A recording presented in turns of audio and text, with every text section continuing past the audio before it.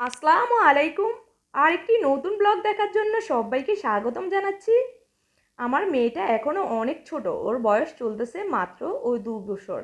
এই 2 বছরেও ও কিন্তু একবারও ওর বাবাকে চোখে দেখেনি, কারণ ওর জন্মই হয়েছে আমার ডিভোর্সের পরে। আর আমার ডিভোর্সের পরে আমি জানতে পারলাম যে আমি 3 মাসের প্রেগনেন্ট ছিলাম। আর আমার বাবার বাড়িতেই আমার মেয়ের জন্ম হয়েছে। আমার কিন্তু ছেলে আছে একটা, ওর বয়স চলতেছে 11 বছর।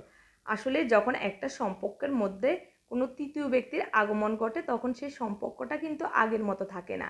সেই সম্পর্কটাতে খুব সহজে পাটল ধরে যায়, আর সেই সম্পর্কটা আগের মতো সুন্দর ও মসৃণ থাকে না।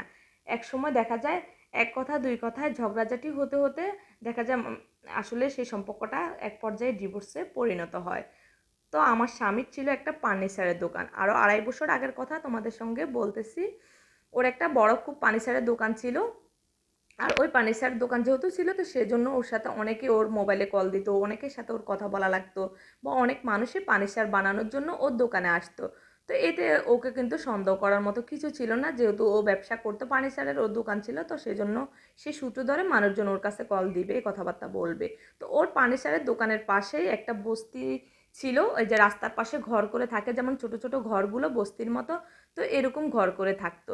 তো ওইখানের একটা মহিলার সঙ্গে আমার স্বামীর কীভাবে জানি পরিচয় হয়ে গেছে, ফার্নিচারের দোকানে আসছে, ওই সূত্র ধরে পরিচয় হয়ে গেছে। আর পরিচয় হতে হতে কথাবার্তা বলতে বলতে এক পর্যায়ে খুব ভালো একটা বন্ডিং হয়ে গেছে ওদের মধ্যে।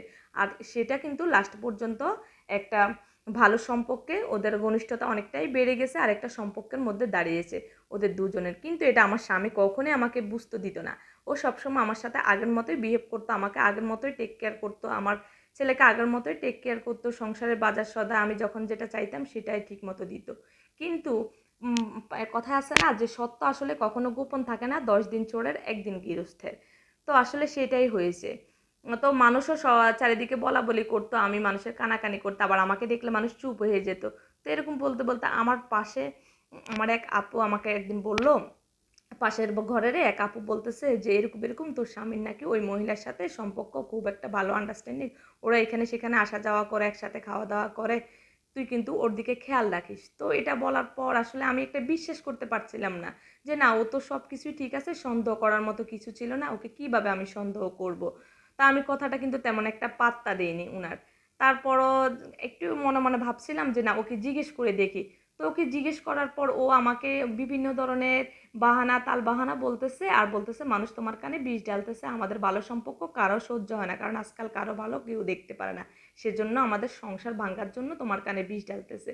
তা আমার স্বামী এটা বলে আমাকে বুঝ দিচ্ছে, তাক ছোটোখাটো তো ওর সাথে আমার এটা সেটা নিয়ে ঝগড়া একটু ছোটোখাটো হয়েছে। আমি বলতেছি মানুষ তার মিথ্যে কেন শুধু তোমার নামে বলবে, তাহলে তো আমার নামেও বলতে পারতো, তোমার নামে কেন বলবে। তো এরকম বলতে বলতে দুই এক কথা কিন্তু ওর সাথে আমার সাথে অনেক ঝগড়াঝাটি হয়েছে।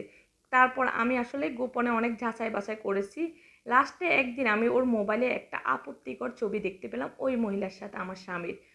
তখন আমার তো আকাশ ভেঙে পড়লো মাথায়, মনে হয় যেন আমি খুব কান্নাকাটি করছিলাম, যে আমি মানুষকে অবিশ্বাস করছিলাম, আসলে এখন দেখি যে মানুষের কথাই সত্যি।